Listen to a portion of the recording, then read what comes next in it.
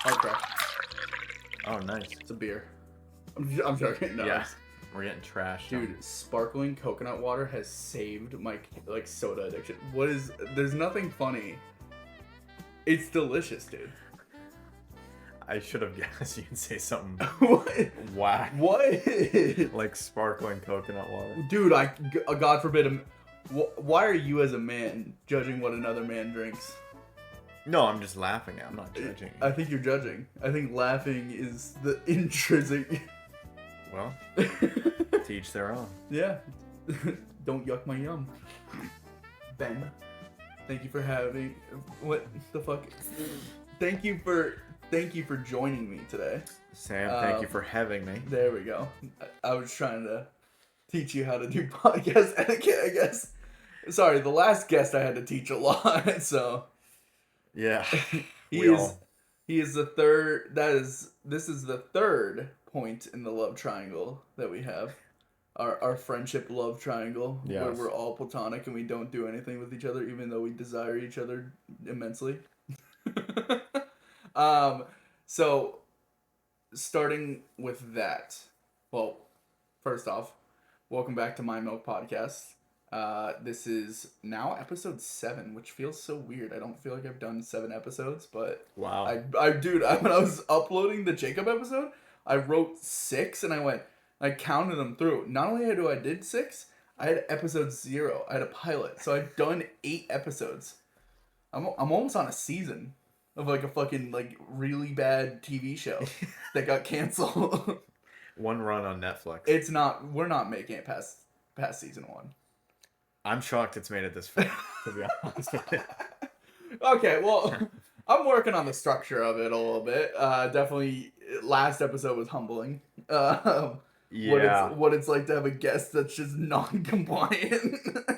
It was like you were a kindergarten teacher. It wasn't even. I tried my best to like go to his level of like kindergarten joking around, thinking that maybe eventually he would like jump up and join me he would join me on the big swings. He just kept on the little kiddie swings the whole day. I was like, dude, you were going this way, he was going that way. It wasn't a good mix. So I've learned to not show people questions anymore, because that stun locked me when he basically read all the questions I had for him and he went, I'm not answering any of these. I was like, dude, what are we doing here? But for anyone who doesn't know, this is Ben, aka Ben's Movie Basement, which formerly Benny Yo Show. Yeah. And then in chat in my stream, it's El Japapa. Yes. So I had to think for a second. The legendary El Japapa, the man who comes in, says one mean ass thing, and then dips. So then I have to just sit with that for the rest of the stream. Dude, you don't know the amount of times that I've actually like been pissed because I'm like, I can't say anything. Like I'll go to comment something and I realize he's already gone. There's no point. I can't even say anything funny. Like, so I just sit there. I'm ahead of the game. I just take my medicine. It's like I had to swallow a horse pill randomly in my stream. It's like you come into my room and just give me a fucking big horse pill of pain, and then I just go, okay. You crack a can open of coconut water and just drink down your swallow. Yeah, I swallow my coconut water. Oh my god. No, it's just so funny to me because it's like you're the only person that does that out of every one of the friends that are involved with the content a little bit. It was so funny. You were talking about that in the last podcast where Jacob was a big fan and his brother was a big Anthony shows up. I have not watched one full episode of this, so so you have no clue what you're getting into. Besides the last episode. One, I had to watch that one. But that one, like, it's so tough because that one's not what the podcast is. Right. The podcast is supposed to be, I ask, like, kind of, like, in-personal questions and then also some personal questions. Yeah. And I get to know who I'm with because it's, like, sometimes when I do content stuff, this is mainly for content creators. This is interesting because you're just starting out. Well, not really. You've always been content oriented. You've never done it. This time I'm going 2 feet in. Really? Yeah. Good. This is how you do it. Yeah. You just have to jump in, embrace the cringe. You're gonna make shit that you're gonna fucking hate. Oh no, You're gonna make a video where you're wearing a white shirt and you're jumping up and down with your arms up, and all your friends in your friend group are gonna post that and send that to you constantly. You're gonna do it. But it's awesome. And you know what? I think it makes me a stronger person for it. You know, so I think that's my biggest 100%. Advice to you is just embrace the cringe. Just do things that you think is going to be cringy, and just do it and post it. Yeah. But I gotta ask, why the name change? Because it was going towards something that I wanted to do. I do like it. Was the movie-based content rather than just like... Yeah, Ben's movie-based. Yeah. And I like it because it's like, it's very, knowing you, it's very fitting because it's literally in a basement. It's actually in a basement. There you go. You're Ben and you like movies. Like, everything about it makes sense. Like, Scramaram, like my username, or like Mind Milk, very vague. Like, you don't understand why. But if you know, yeah. But if you know me, you know why it works. Like, Mind Milk is literally probably the biggest milk drinker I know. And it's like, it came from that. And then it's also like, I'm a fucking know-it-all brainiac. And so it is like... You're the next Dr. Phil. Dude, I don't want to be him. I'm going to send you to the ranch. No, I was kind of shocked because I liked Benny O show. I won't lie, but I always thought of it as like it sounds like a sports or that podcast. Just like a variety, like right. It's you know what it reminds me of, and like I know it's like a morning radio show, like the Dan Le Batard show. Yeah, where it's like it really does just. I just made that on a whim. I didn't really make it. I think for anything. We've talked about doing sports shit before. Yeah. If we do it, I want to do it under the moniker Benny O Show. All right. I would be down to do that and be your little side guest, side piece, your sports side piece, and I'd have freezing cold takes constantly. So, where do we begin? So we've been friends since literally like kindergarten. It's ranged. Because it's kind of always worked out this way that we've had mutual friends, but it really started with one kid, which was Noah, aka Enrock, who I hope to have on a podcast eventually, but catching him is like catching a fucking unicorn. It's like you can't get him into place. But we grew up all together in the same town. One of my earliest memories was playing Over the Hedge 2. Or Over the Hedge on the PS2. Yeah. And then playing like Lego Star Wars and all those games. So like very early on, the connection that we had was gaming. But like I've never thought about it that way. It's very weird because like we don't game a lot together. We very rarely. No, and when we did, we went like hardcore, like with multiverses. And then it just the game. Yeah. That game. I'm so mad. They Warner Brothers actually.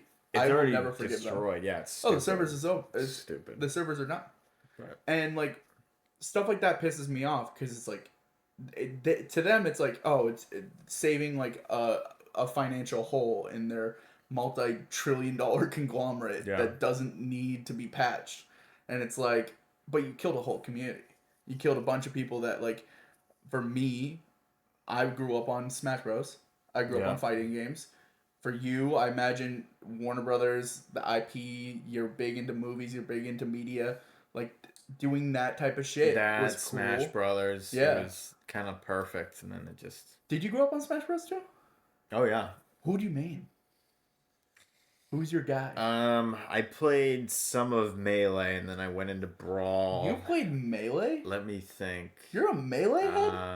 Yes. What the fuck? I've never known this. Let me think. Well, it's part of Mind Milk. Yeah, you're milking my mind right now.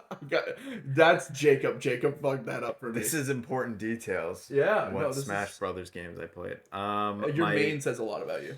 I don't even remember. Like, I feel like I was a main on like Fox and Captain Falcon. Whoever was really easy to play. Yeah, that's fair. Fox, and whatever move I could spam. The new guy is Marth. Marth is like the best guy in the game right now. I never played as them. I was a Yoshi main, and I was a Puff main, And then I also play... Yeah, Jigglypuff. Oh. Yeah. But that's because I grew up with the background of loving Smash Bros. From the competitive sense. And at that time, it was Mango and Hungrybox who were like the two goats of Smash Bros. They both played Puff during that time when growing up. And so it was cool to watch them play and then me not be able to get anywhere close to that. Kirby was fun to play Kirby. Meta Knight. Yeah. Oh, well, that's getting into Brawl. Brawl is where my real main came out, which is King DDD. Oh, yeah, Dude, yeah. I'm a sicko for King DDD. But now I play Yoshi on Ultimate. I haven't played in a while. But hopefully the Switch 2 comes out with like a new Smash Bros. That would be... Oh, I know. That would blow up the internet for a while. If it's a bad game too, oh my god. Nintendo might have BTs every single day of their life in the next 5 years. It's not gonna be good. Yes, dude, that actually, like, already off the bat learned something completely new. I did not know you played Melee. Oh yeah. That's a game that like is super... That's in my like top 20 games all time. It is in my nostalgic chest of like... If I want to feel nostalgia, I have it on my computer. I play Melee by myself, like off stream. What's your top 5 games of all time? I don't know this. I think I know number 1, but what's my number 1? Super Monkey Ball. My boy. It's actually Super Monkey Ball 2, but no, I'm kidding. So Super Monkey Ball, Call of Duty Black Ops 1. Good pick. Have to throw Minecraft in the top 5. Good pick. Literally, my whole childhood was Minecraft. It would be a damn shame if I didn't. I want to put GTA, because GTA is just Which one? For me, 5. Yeah. For me, 5. That game was perfect. Yeah, it was. But I think it's a disservice if I didn't throw in, like, for me, Counter-Strike on the PC. I was a big CSGO guy. And then a Pokemon, probably. Pokemon Smash Bros. Something of the sort. A Nintendo game.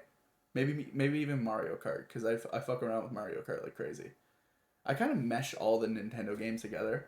Yeah. Because I feel like they're all that same genre. It's all the same characters. Like, it's all the same. Yeah. It's like everyone's here kind of vibe. And it's like it's a family party game, but like those are like, when I think of like growing up, those are the games I go back to the most. It's like Monkey Ball and like Mario Kart and Melee and all those games. So like they have to be in my top 5 like as a conglomerate. What's your top 5? I don't even think I know your number. Well, your number 1. I'd have to think. I think I know what my number 1 is. Is your number 1 a WWE game? No. Is WWE even in your top 5? No, because I wouldn't put a Madden. Yeah, that's what I didn't want to put any sports games, because I would put 2K. I would put NBA. And it comes out every year. Well, actually, I can't say because it comes out every year, because my number 1 is a game that came out every year, but game that came out every year. But it's different. Okay, well, start off number 5. What's your number 5? You can put honorable mentions if you need to as well. Number 5, I will say, shit. Now you put me on the spot. You know what? Number 5, I'll go Modern Warfare 2. Banger game. I just didn't grow up playing that one. I didn't either, which is weird. So you went back to it? But I went back because my Black Ops 1 broke or something, so I had to go back. Yeah. And I was like, damn, this was really good.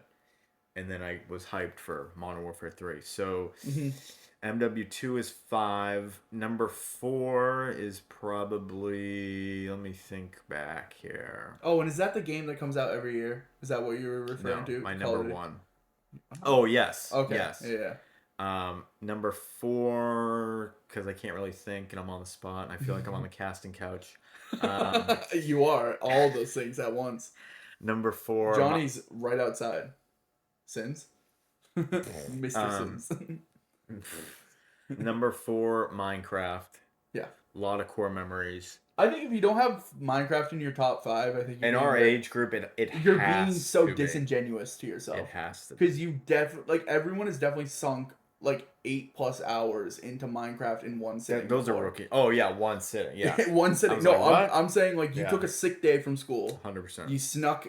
However, if you had to sneak or if you had cool parents, fuck you if you had cool parents. But if you had to sneak like your fucking TV and console into a room while you're sick and you played Minecraft for fucking like until your eyes started like bloodshot. Yeah, I've done that numerous times. Number 3, we'll say GTA 5. Yeah. We have a similar list. Number 2, I know what my number 1 is. So like number 2,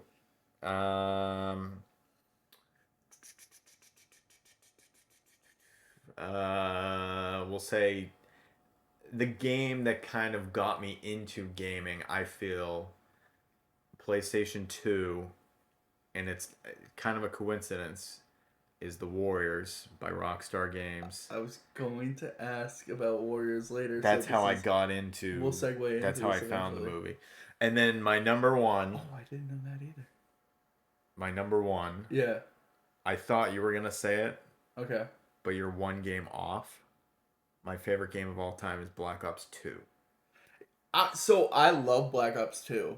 Black Ops 1 is way more nostalgic for me because it was my first ever M-rated game. I had funny enough, I had mono. I got mono from kissing all the baseball players on my baseball team. No, so I don't know how I got mono. It was from baseball though. Good old days. And I got mono, so I was sick for a while, and my mom was like very against M-rated games. She wouldn't even let me play like teen, like anything T-rated. Wow. Which, by the way, T-rated doesn't exist anymore, which is crazy to me. Cause like, no, like in video games, you never see a T-rated game. Wow. You see like Overwatch and all the shooters are E-rated games now, and it's like how? Because there's no blood. Oh, so they get away with it, but it's like you're still shooting people, and I just don't understand this. Like, we're in a weird dystopian when it comes to like raising kids. That's being like, oh yeah, send them to war in a virtual game, and it's rated E for everyone. Pretty much, yeah. But like, I was so sick. My mom went out of her way. I had a PlayStation 3 at the time, and I think I got that from my dad. And I didn't have any friends that played PlayStation. Everyone was Xbox 360. My mom went out of her way, got an Xbox 360, a Kinect, and a couple games. Oh my god. And then we went to GameStop together, and she told me I could pick out like one M-rated game. And I was like, I have to pick Call of Duty because everyone's on Call of Duty.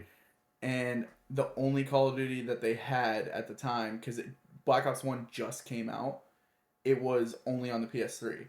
So I made the decision. I was like, I'm going to play all the online games with my friends on Xbox 360, but I'm going to play solo campaign online Call of Duty by myself, which is where I got into a fucking sniping clan. I was a trick shotter. I was too in Black Ops 2. But shout out my old clan, Hydro. I was Hydro Rocks. I had a YouTube channel. First ever YouTube channel. Before the original. There's no way. Absolutely, there's a way. It. I know the first YouTube channel, and I'm gonna probably bleep it out, but it was. yes. I trust me. I remember this channel. I still have the password. Nothing on the channel. I guess I deleted it at one point. I went through my edgy phase and. Well, dude, I mean, we had to delete. Oh, no, 100%. 100%. We had to burn the files. It was blackmail. I remember you had a video on there where you recorded a game on your phone. No, it was a laptop. Oh, yeah, but like you had your phone propped up to record it or something, no? I didn't have a phone at that point. You were recording off a laptop camera? 100%. And you were playing the game off a laptop camera. What the fuck? I was recording the TV. Yes, I remember very vividly, like, you could hear your high-pitched voice in the background. Yeah. Dude, oh my god, I think I deleted that one for you. I didn't even ask you. Because at that time, we probably weren't talking, because that was probably, like, middle school or high school. No. As like friends, as his when friends. you deleted it. Yeah, when I deleted it, because it must have been during that phase where you just like are super cringe of yourself and you want to like remove anything of history. Yeah. But like yeah, that was the starter channel. But I had a channel before that. It was fifth grade. Fifth grade, I was in a trick shot sniping clan, and I played tournament, LAN Call of Duty. Oh my God. And I won a tournament with my team, and I wasn't able to cash the prize because I wasn't old enough to receive, because I didn't have a bank account, so they couldn't wire me or they couldn't send me a check, because how am I going to cash this check, and I'm not going to have my mom like, hey, this random man from the internet just gave me $500. So yeah, not a good look. So I remember very vividly, I had my teammate take my check and give me Xbox 360 like store cards. Oh my God, Microsoft points? Dude, I had well over like 100K Microsoft points. Holy shit. It was insane numbers. This is like I haven't thought about this in years. This is like something I don't even think I've ever even mentioned this on a stream before, because I don't even it's part of Mind Milk. Yeah, that's true. No, I have even like the leaderboard from the event that I went to, or I didn't even go. That's It was a awesome. LAN event. I was online, or it wasn't a LAN event. It was the opposite. I was online, and I was like I was a fill for the team because the team lost one of their players, and they were like, "Can you play?" And I'm like, "I'm like 10 years old, like 11 years old." That's awesome. But it was so cool. So yeah. So you were kind of born into game. Like, I can't remember a time where I wasn't playing video games. Oh, dude, video games like saved my childhood. I truly think about that all the time. I'm like, damn, if I was like a book reader, I'd be a fucking miserable human being. I'd be a horrible human. I truly do. I do think about that because it's like I could have had like a bad phase of like going out partying, like going clubbing and all that shit. I genuinely like numerous times left hangouts early to go play video games with friends. Yeah. And I vividly remember this. I've done it. I mean, even in our friend group, I've definitely like left early because I'm like, okay, a new Minecraft update just dropped, or like, like, okay, I've been grinding this game for so long, and like I'm about to like beat this level. Yeah. And I'm like, I want to go home and beat the level. But yeah, no. All the portable consoles growing up, like I had a DS, I had a PSP, I had all those wonderful gadgets. Yes, I remember. Kids are blessed now. I know, you can bring the Switch. The Steam Deck is literally a fucking handheld computer. You can put emulators on a Steam Deck and just play whatever you want. And like, you don't understand that if I had that capability at my hands, I would be non-verbal. Because the PSP was like, I wouldn't talk to anyone. The PSP was legit garbage. Yes and no. The DS, there were some really good games. And yeah, it was kind of like the PSP was great for gaming, horrible for what they had for titles. They had nothing. You're right. It was a good idea, but then they didn't execute it. The little mini disc broke all the time. Yeah, it was so bad. I remember I dropped my PSP on the floor at a YMCA, and I broke the joystick. And I was just so that's a core memory of me being like actually devastated. I think I've had breakups that have gone less painful than that, for sure. So, yeah, that's So is that your number? Was that your number one, Black Ops 2? Yes. Great number one. Yeah. That's a fantastic one, dude. Yeah. Black Ops 2 is very nostalgic for me. I think for the zombies mainly. Everything was perfect. The multiplayer, the zombies. The campaign was really good. It was really good. It was actually one of the first campaigns that I can vividly remember where it had like choices. Yep. Yeah, your choices actually mattered in a Call of Duty. Cold War did it, and it just didn't hit the same. Everything was so perfect. And that was the first game I think Black Ops 1 was the first game I bought DLC for. And then Black Ops 2 was... Yeah, it has to be Black Ops 1 for me as well. No, yeah, that game was just fucking... The Black Ops series is always good. Even, I didn't hate 6. You know what I hated about 6? Black Ops 6? The lady singing in the menu. Yeah. Oh my god, dude, that ruined the game. I don't know what it is now where it's like gaming, maybe because we're older and our attention span's worse. I can actually answer this. I know exactly what it is. I know what you're trying to say, and I know how to answer games just don't last anymore. It's not only that, we moved away from non-skill based matchmaking, so every game is now competitive based. Every game feels like you have to try. Back in the old days of like early Call of Duties, there was no aim assist.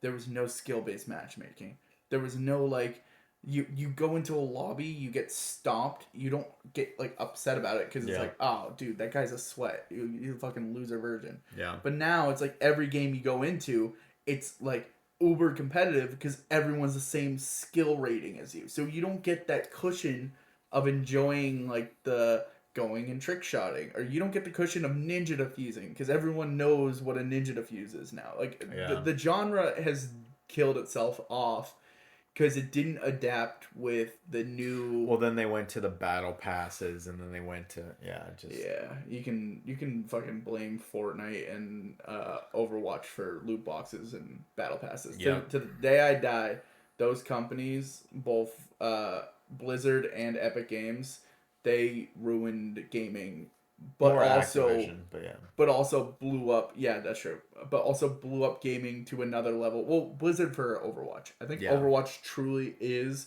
You go back in time. Loot boxes come out for Overwatch. It was the biggest thing ever. Every game followed suit. If we didn't have that, we wouldn't have to deal with loot boxes for so long. I mean, CS had them, but like CS is such a weird genre game that like you have to be in the genre to like understand the loot box situation. Overwatch made it like mainstream. It was so weird. But to kind of get into another topic, because I know I said I wanted to talk about this specifically with you because you are a big movie guy. Yeah. The biggest movie guy I know. You rival most any of my friends that I know, and I think you have like one of the biggest collections. And so I know basic things about you. I know your favorite movie, obviously The Warriors. All right, good. I know your second favorite movie, Wayne's World. Most likely. Kinda. Your favorite comedy. You didn't watch my TikTok. No, I didn't. No, I'm kidding. I did. I remember it was. Oh, hold on, wait. I want to pull it. It was Original Avengers. Yep, that was 5. It was. I know Wayne's World was on there. I know Warriors is on there. Yeah. So there's 2 more, and I'm trying to remember them. And I watched this. One of them you should know. I should know. It's easy because I quote it all the time. Ooh, Happy Gilmore? Bro. You do quote Happy Gilmore. No, I do not. All the time. You're yeah, baby. Yeah. What's Gold member. Yeah. Austin Powers. You made me watch all the... you didn't make me. You motivated me to watch all the Austin Powers. I never watched them before. Even like... They're fucking awesome. They're amazing movies. Mike Myers... I wish he did more shit. I know. It's tragic. Him and who's Pink Panther? Who's that guy? Steve Martin. Steve Martin, yeah. Him and Steve Martin. I wish they just did shit, you know? I love that you referred to comedic legend Steve Martin as, the guy who played Pink Panther. It was the only movie that came to mind. I know he was in oh my god. Why did I want to say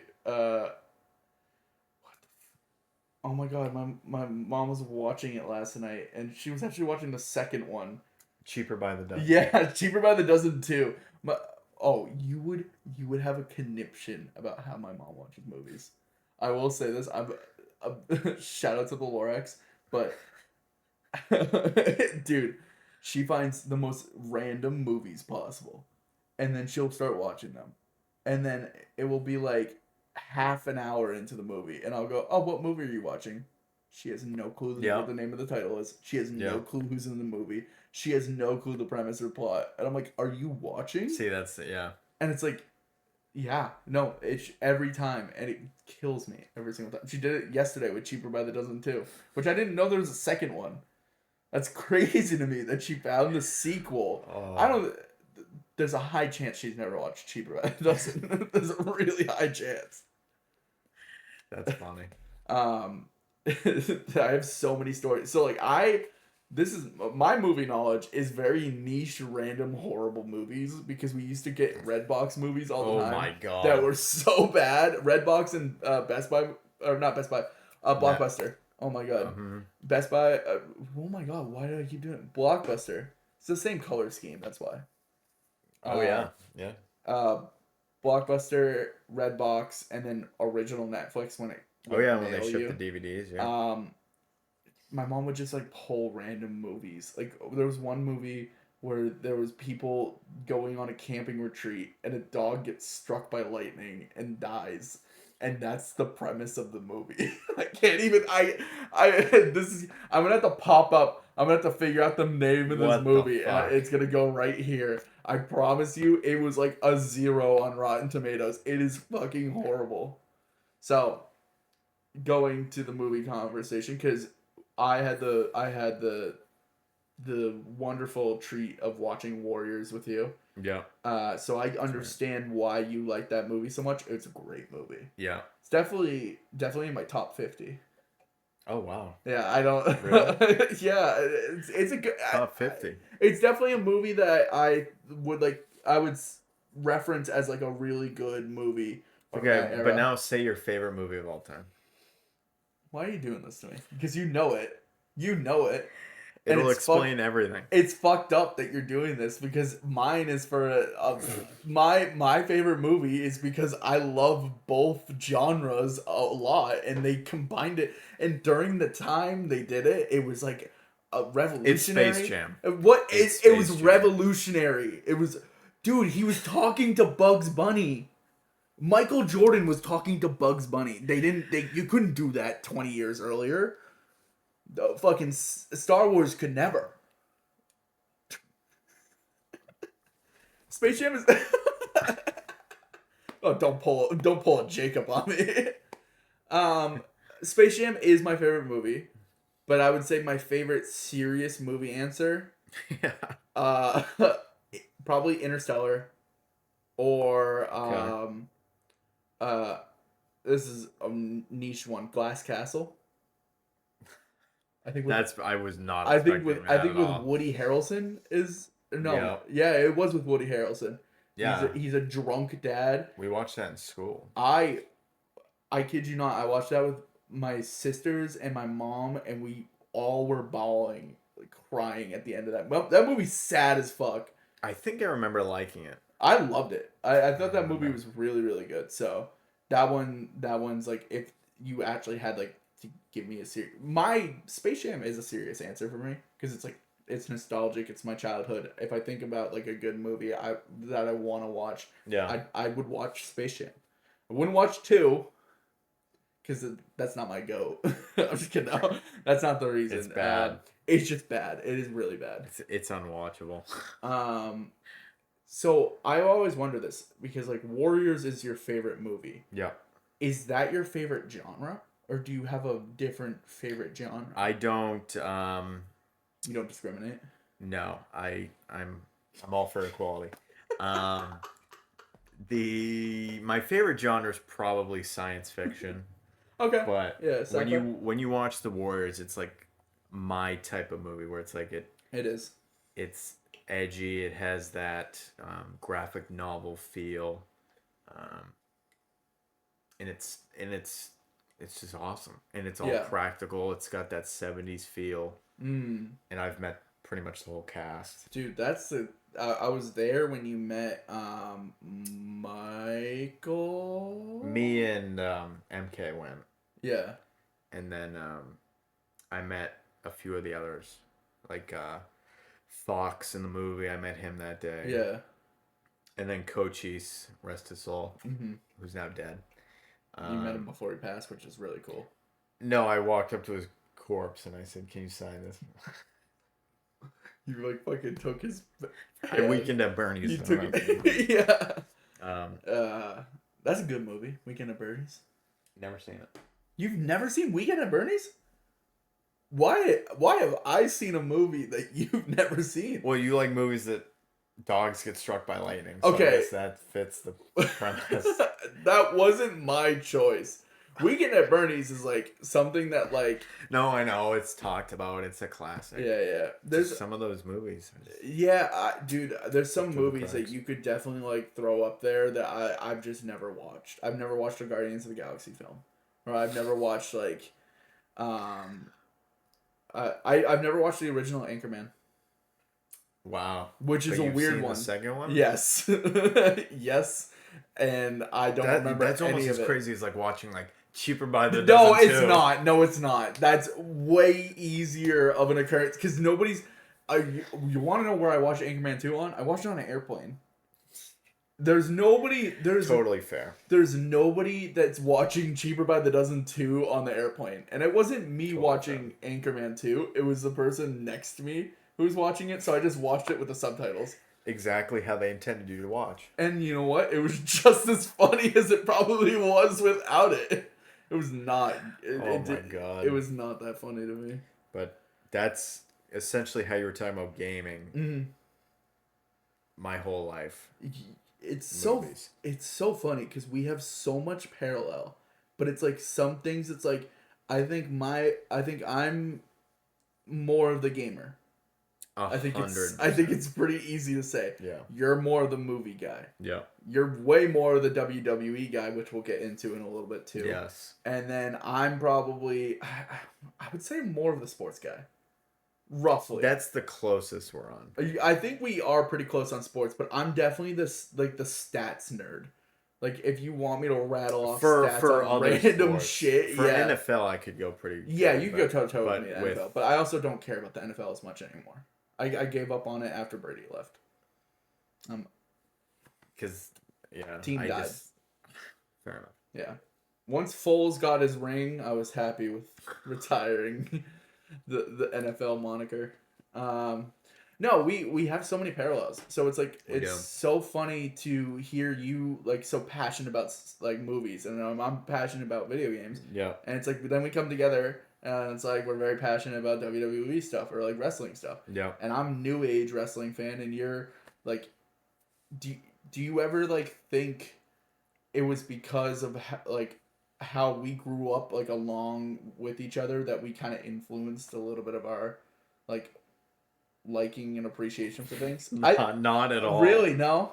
I think so, a little bit. Well, yours with WWE for sure. I've been influenced into loving WWE. Well, yes, but that was later on. Like, I think, I mean, that's probably why we're still talking now. Yeah.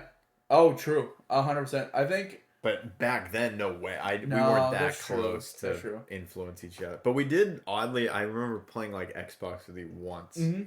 I would always just end up in lobbies with people. Yeah. And I'd just be like, oh, hey, man, I haven't talked to you in 4 years. And, like, if ready I to said boot up the this name, fucking Minecraft game? Yeah. If I said the name of the person who was in the party, we would all be like, what? Yeah. And one of those things looking back where it's just like, what the fuck?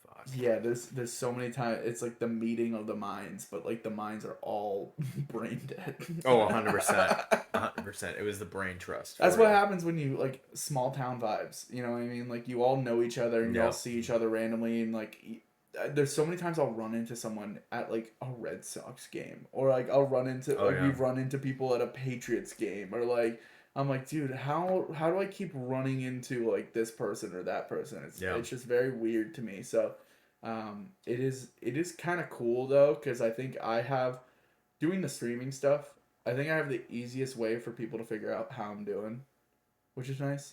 Because I think a lot of people don't check in on me, which is fine. I'm okay with that. I'd rather you just come into stream. No, I don't want you to talk to me. Like, right. You know what I mean? Like, there's people in, like, elementary, high school, middle school that I'd rather just never talk to again. Well, that's how we reconnected. Yeah. Was because you finally posted on your social media. Yeah. I finally your Twitch, I think at that yeah, point. yeah, yeah. I finally manned up and I was like, you know what? Like if I want to do this content creation shit, I gotta start like posting shit in my actual like I made my personal account into a stream account. I like unadded a bunch of people that like I wouldn't think would enjoy the stuff or I wouldn't think would like ever interact. And then I kept everyone that probably eventually would interact or just at least view it. Like I'm okay with like open view. I didn't want like an uncle or an aunt to be on that page. Yeah. You know what I mean? So like I got rid of the people that like I knew for a fact I wouldn't want just viewing my shit. But no, it's so funny to me like how many doors it opened for people. Like it for me and you. Yeah. Like I truly you tell me like middle school me into high school me, hey, you're gonna be connecting with Ben again in like 5-6 years because you started streaming and on a whim you guys just started hanging out and watching WWE together. Yeah, it was like 20, yeah. It's a crazy little cycle. I think also uh, the little buzzword COVID. I think that boosted a lot of stuff because COVID kind of made you like reconnect with a lot of people that you wouldn't normally reconnect with. It did. We were all and bored. Then we were all bored out of our fucking mind. It took us till probably 2021. Mm-hmm. I think. Yeah. Yeah. I was fully out of relationship and fully out of the hab. So we were all doing our great things. What were you doing at that time? Because I think a lot of the spotlight was on what I was doing at that time. Because like obviously big culture change. There was, I think, just working. You were long haired at that time. Not that long. I thought that was when that was at the beginning. Oh, that was when you just started growing it out. Yeah. Why'd you do that? Because I was like, everyone's doing something, so just try it. I don't want. Yeah, I was like, I don't want to cut my hair. So I sometimes contemplate just growing it out, just see how long hairs me would look, and I don't think it would look good, so I avoid. I get to like around this level. I think I might. In our current group, I think I might be the only one that's seen you with like long hair. Yeah, true. Yeah, you saw me right after. I couldn't get a haircut there. No, I'm thinking like farther back.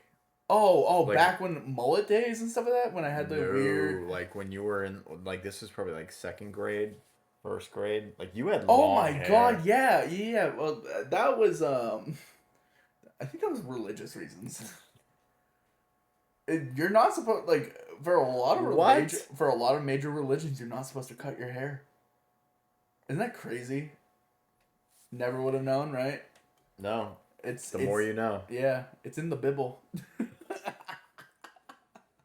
No, I think that was probably it. It was just easier for my mom to maintain as well instead of getting constant haircuts for me. And she was busy working, but my mom used to cut my hair all the time.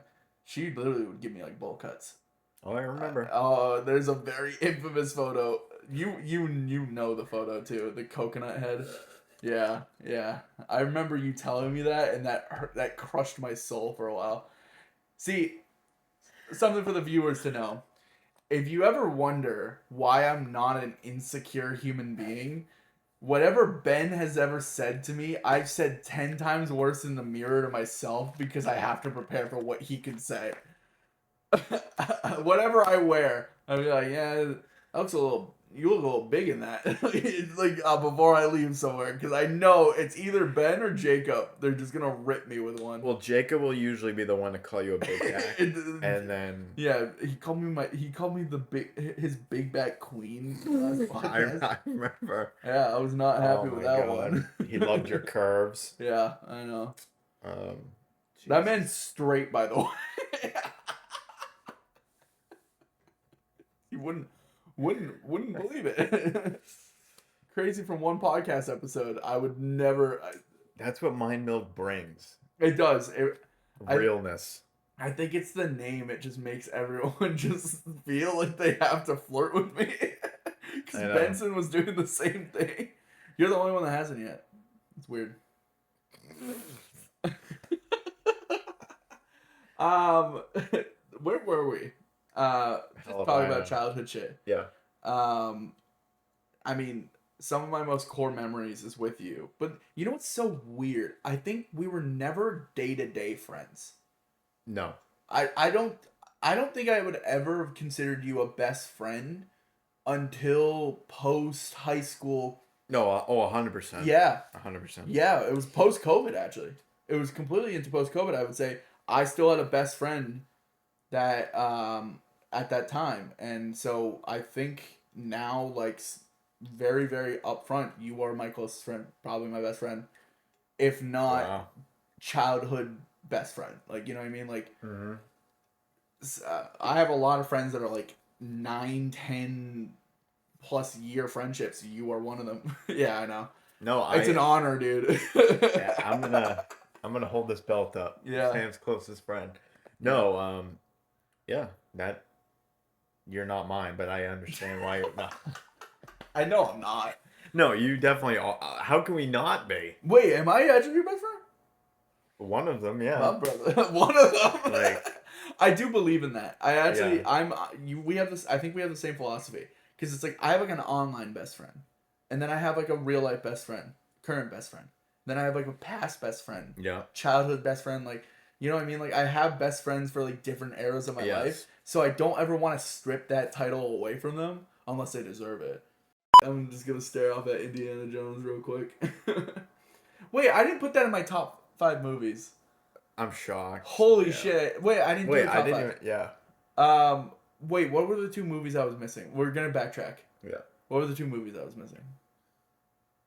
What are you talking about? Because I had Austin Powers. Oh, for me. Yeah. So, number 1, The Warriors. Number 2, Austin Powers. Gold member. 3, Wayne's World. 4, Once Upon a Time in Hollywood. And 5 was The Avengers. Dude, I knew it was a Tarantino movie, but I didn't want to be wrong. My top 5. Yep. Space Jam. Number 1. Number 2, Interstellar. Yep. Number 3, probably be Indiana Jones, Temple of Doom. Okay. Number 4,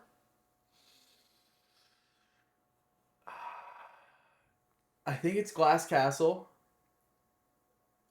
Number 5 might be a little bit of a surprise. I think it's Tron. That's a fire pick, actually. Tron is such a good movie. And I think about it all the time. It's either Tron, Holes, or Transformers. And it's they're all duking it out. 2 of them both have Shia LaBeouf in it. So there's like a weird... That's true. There's a weird Shia LaBeouf fucking like inner circle going on there. Honorable mentions, obviously. Inception's an honorable mention. Okay. Matrix. One of my...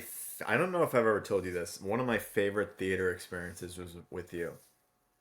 Oh. Do you know what one this is? Favorite theater experience? Yeah. What movie could we have watched that I could have been... Was it Puss in Boots? We watched that together. Bro. It's a banger movie. It's a good one. Well, actually, there's 2. It's Puss in Boots. No. Minecraft movie. No. Okay, now there's 3. Well, Minecraft movie, I wasn't close to you. So I was like shouting across the aisle. It was funny, though. But number 1 was Oppenheimer. Really? Because of the theater we went to. It was on film. The vibe was amazing. It was awesome. It was a cool... Number 2 yeah. was Avatar: The Way of Water. That one? But yeah, the Jordan theater. Because we may have been on drugs and we may have been watching a 3D Avatar movie. We may or may not have been inebriated. And it was awesome. And I didn't even think about that, yeah. And then 3, Minecraft by far. Yeah, Minecraft, dude, that was Minecraft insane. Is probably the best theater experience I've ever had. Watching something. Like just how crazy the crowd got at different moments. I could not stop laughing the entire Thank God we time. didn't have a theater that was throwing popcorn. I know, exactly. We were blessed. It was perfect. I've seen all the videos how bad it gets. Yeah. There was like people like launching fireworks off in the fucking movie theater. Oh yeah. And I was like, dude, that's just actually so fucking dangerous. It's not even like a bit. Like you're just actually committing a fucking felony. I lost my eye watching Minecraft. Yeah. Like, what are we doing? You know what's a movie that surprisingly I had a wonderful experience that you would never guess? The Creator. Do you remember when we watched that one? That movie was not... I want to hear your story. So, movie itself was really, like, kind of slow and a little bit boring at times. Yeah. But the end got really good. The vibe was great with, like... Because we went to a theater that served food and drinks. Yeah. So we had, like... I had a really, really nice drink. I had a really nice meal. I'm, like... And those seats are the most comfortable seats, in my opinion. See, I disagree wholeheartedly. Dude, there's nothing better. I hated that theater so much because you couldn't see the screen. It was like the seats aren't lined up like this; they're lined up like this. Yeah. So you're like looking down. Like this. See, maybe I just didn't have that problem because I can kind of like I have the because you're tall and you're 6'4". I'm 4. so fucking tall, dude. And then 6'3.9". The food was good, but I'm like, it just was like, yeah, I'm not. I just remember having a good time with that one Mario movie. That was pretty crazy. That's right, we did see that. We saw that with a friend of a friend, a fellow. Yes. And I hadn't seen him in years and years, and that was my first experience. What a way to reconnect with the wow, Super Mario I've Brothers never movie. realized, dude, I can never be a loud laugher in a movie theater. I think I have. Oh yeah, he's bad. Oh, you know what my favorite movie experience of all time in a movie theater is, and you're gonna instantly agree. Jackass 4. I was not there for you.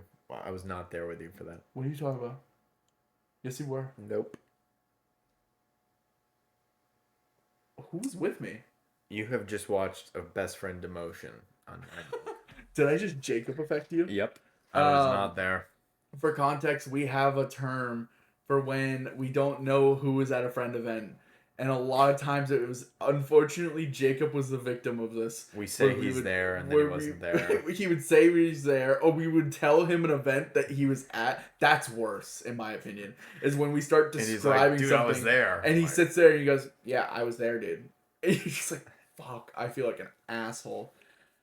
But you weren't there at Jackass? No, I went with the friend of a friend you were talking about. That was it. I thought you went. You saw it much later. You saw it with. Must have been. I gotta look back, dude. That was a crazy movie.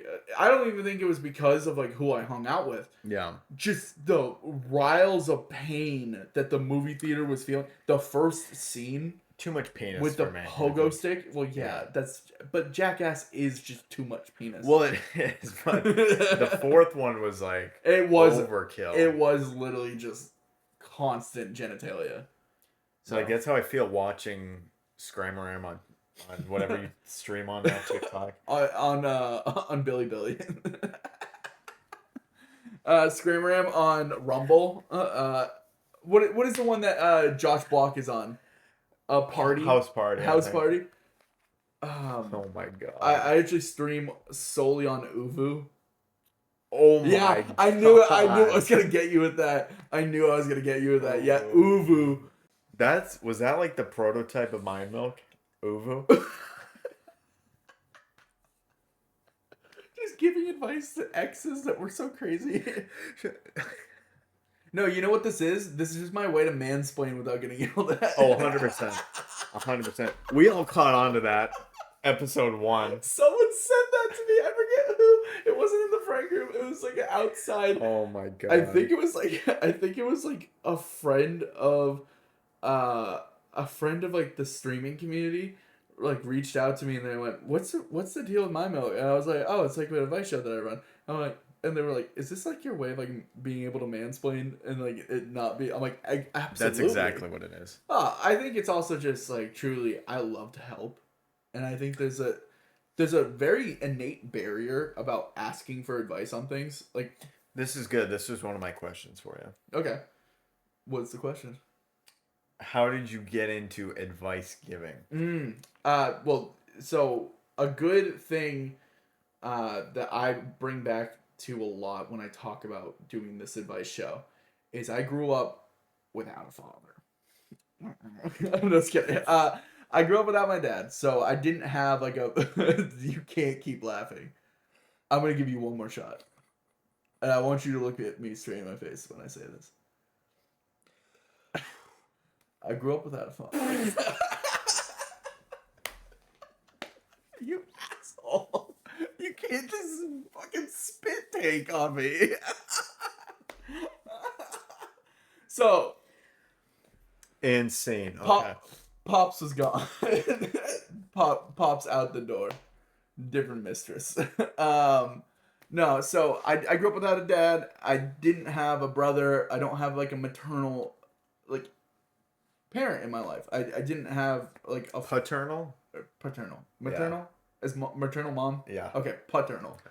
I didn't have like a dad. Like I didn't have like a fatherly figure. So a lot of shit I learned, kid you not, was on YouTube. So it came from people like there's a Call of Duty YouTuber named White Boy 7's3 who did a lot of like what's it like being a teenage boy in high school growing up, like how to kiss a girl. Like he would give advice on shit, and like it was corny, but like it helped. And then it was like just in general, like there's an advice show called The Weekly Slap. You might have heard of Jay Schlatt. Have you ever heard of him? He's a content creator. He's like infamous for like predicting like politicians' deaths. He was like spot on about the Queen and Prince Charles. So like very weird. I don't know. He has some weird psychic ability about it. He predicted the current guy's death this month. Shit. And not to get topical, but he's been missing. No, but he has a channel, and it's like a side channel that he does like advice show called Weekly Slap. Another one is Machinima Inbox. All those like Q&A. Oh my God, Machinima. Yeah, all those Q&A advice shows I grew up on. Those were my like bread and butter. So then I was like, I kind of want to get into that, but I don't know how to package it in a way that like is kind of a newer sense or just more organic. And then my favorite content creator, Ludwig, he has a side channel that he was doing for a while called Mogul Mail. And it was basically a way to like information drop stuff. And he was just like he basically became like a reporter and did like basic just like journalism. And he would do it in one take, and he would do it with like minimal editing. He would like fact check himself later. It was like a very like it was a cool experience watching it when he was doing it. Yeah. He had to give it up because it got toxic because people just like wanted him to report on everything, and he didn't want to report on everything. So I get that part. That's what I'm worried about is I don't want people to think that I'm like a therapist and that they can trauma dump on me. I've already had a couple instances of like people just like fucking saying like horrific events and being like, hey, how do I handle that? And then I usually just reach out to them and be like, get therapy, like seek help. Yeah. Like, and that's like unironically like a good solution to a lot of these problems. It's like you should talk to someone. You should talk to a professional. If you are feeling like you don't want to exist in the world, you probably shouldn't be talking to a random YouTuber about how to find your happiness. Like, just go to a therapist. Talk to someone. Like, I don't know. So there is like a very weird middle ground of like, I don't want to be stuck in that always having just to give advice on topics that I don't know about. Yeah. But I also don't want to like ignore those topics. So I do my research now, and that's been fun to do. Because it's always fun to learn about something. Mm-hmm. And I think like I've learned a lot about just like the small niche category topics that I've been working on. And I just hope that it continues to grow. Because I think my presentation, I think my editing, I think everything is getting better. Yeah. And with time, it's just going to like age very, very well. And hopefully I can like just nourish it enough to become something bigger and make it like a brand. But like it's just started as like a passion project because I've always wanted to do content creation. I just didn't know what I wanted to do. So what was the breaking point for you? When were you like, I have to content create? When I wanted to give up streaming, which is genuinely like this year, I had like I had a number in mind, and it was like, if I didn't hit this number, I'd give up streaming. But if I hit this number, I want to continue, but I want to do something different about it. So like when TikTok blew up, and I'm like blew up as in like I'm at like 7,000 now, which isn't crazy, but it's not like something to not scoff at. And it's like I do have an audience now. I was like, I gotta do something with this now, because it's like if I don't push like most of my eggs, and if I have all my eggs in the streaming basket, and I'm only just posting TikTok clips of my streams, and I'm not on YouTube, and the only things that are on YouTube are my stream VODs, and half of them are like DMCA'd, like copyrighted strike. Yeah. What am I doing for myself? Yeah. So I was like, I'm gonna start doing like actual content. I didn't want to do like gameplay because I already do that with the streaming. So I was like, I gotta do something. I'm not gonna do IRL like vlog shit because I think vlogging is dead. I was like, bring it back to a desktop. Do some advice. Like that's what I'm good at. I think I'm a pretty solid advice giver. I think I help out quite often in like situations. My like love language is giving people help in whatever way I could. So if it's like if someone needs a ride somewhere, I would be, if I really do care about them, I'm willing to go out of my way to go like give them a ride. Or if they like just genuinely need advice about something, my DMs are always open for that reason. So it's like this is a way that like if someone wants to, like they're embarrassed about the advice that they're gonna or that they need, they don't want to like be Googling it, or they don't want to ask their parents. I'm like a trusted adult that's like pretty well put together enough to be like, hey, this is how you shape. Like this is like how you do this. Like filing your taxes is like this is how I do it. You could do it this way too. Like I want to do like the general life advice. Yeah. So that's where it came from. What got you into doing the movie stuff? I felt like it was time. Yeah. Because I've had too many people tell me that I should. So then I was like, all right, I think it's time. Ben's Movie Basement on TikTok. Plug. Yeah. I'm already plugging it like 5 times, don't worry. So, no, same thing. I was just kind of like, you know what? I think it's time to do it. I think what's great about... And TikTok's probably the easiest to start off. Oh, dude, TikTok? It's crazy the growth that you can get on TikTok. Yeah. Twitch is disgusting. Like, Twitch is like... Well, I think TikTok's going this way, Twitch is going this way. I don't think it's that, because it's like Twitch is always going to be the top streaming platform. Stream-wise, yeah. Yeah. But it just seems like people are just leaving it left and right. There's no discoverability. Zero. And there's no marketing that you can do on Twitch that can get you anywhere. Yeah. You have to post on TikTok. You have to post on like social medias. Instagram's another good one. Like even YouTube Shorts. Yeah. In a small scheme of things, I've had YouTube Shorts that like have blown up for like 10K views and like 5K likes, and it's like what out of where do these people come from? And it's like it's just because you catch the like you ride the wave, you catch a little bit of like momentum and you just carry it. So that's what's always interesting is like I love giving advice on like content creation stuff, because it's like if any of them catch the wave, it's gonna be so cool to watch. Yeah. And I think you have, if anyone I know has the potential to build an audience that will enjoy the content, you're funny enough that you can carry your own content and you can make very riveting movie review shit that I'm like excited for, because it's like, I don't know, I'm not a big movie, like I'm a movie connoisseur, I'm not a movie buff. I don't know all the ins and outs of who made what movie and like why this is so impactful and like what's the rating of this movie. Like I give random ratings to movie all the time and people hate my ratings. So it's like I do actually look at your like stuff like when you were talking about Happy Gilmore 2 and you were like, it's not really that good. And I'm like, oh, I was excited for it, but I do trust you. I did just trust you. I haven't watched it yet because I'm like, I don't think it's going to be good.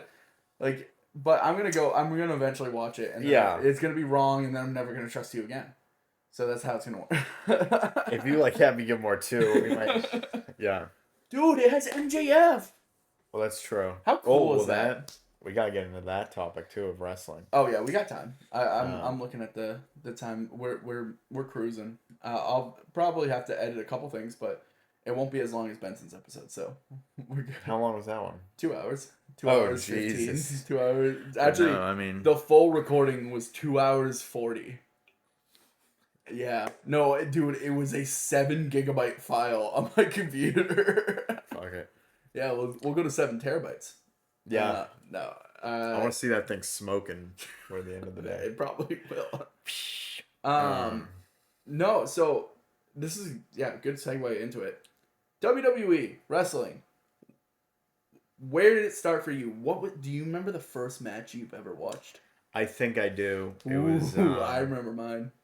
WrestleMania 23, and it would have had to be the Money in the Bank ladder match. And from then on, I was like, I'm in. I remember it was, for me, it was Cartoon Network had a segment where they would post highlights of WWE stuff. And it was a Sin Cara oh my god versus, oh my god, I want to say it was Mark Henry. It was like a weird matchup. It made no sense. It was Sin Cara versus a big dude. Mm-hmm. And Sin Cara looked amazing. This was like... probably right when he debuted. Probably original Sin Cara. Probably the actual good one. Not Sin Cara... No, he was horrible. The original one. Oh, well, then maybe it wasn't the... he was sick. good when he first sick. debuted. Dude was like flying in midair and doing crazy shit. I just remember going, whoa, that's cool. And my mom, very anti like violence, didn't want me to become a violent kid. This will actually come back because we have a conversation. Yes. We have a story that my mom... my mom confirmed my side of the story. You have a different side. But my mom confirmed my side. I remember, yeah. So my mom was like, you can't be watching that. And like made me change the channel. And ever since then, like I got so interested in it that like I used to watch like WWE highlights.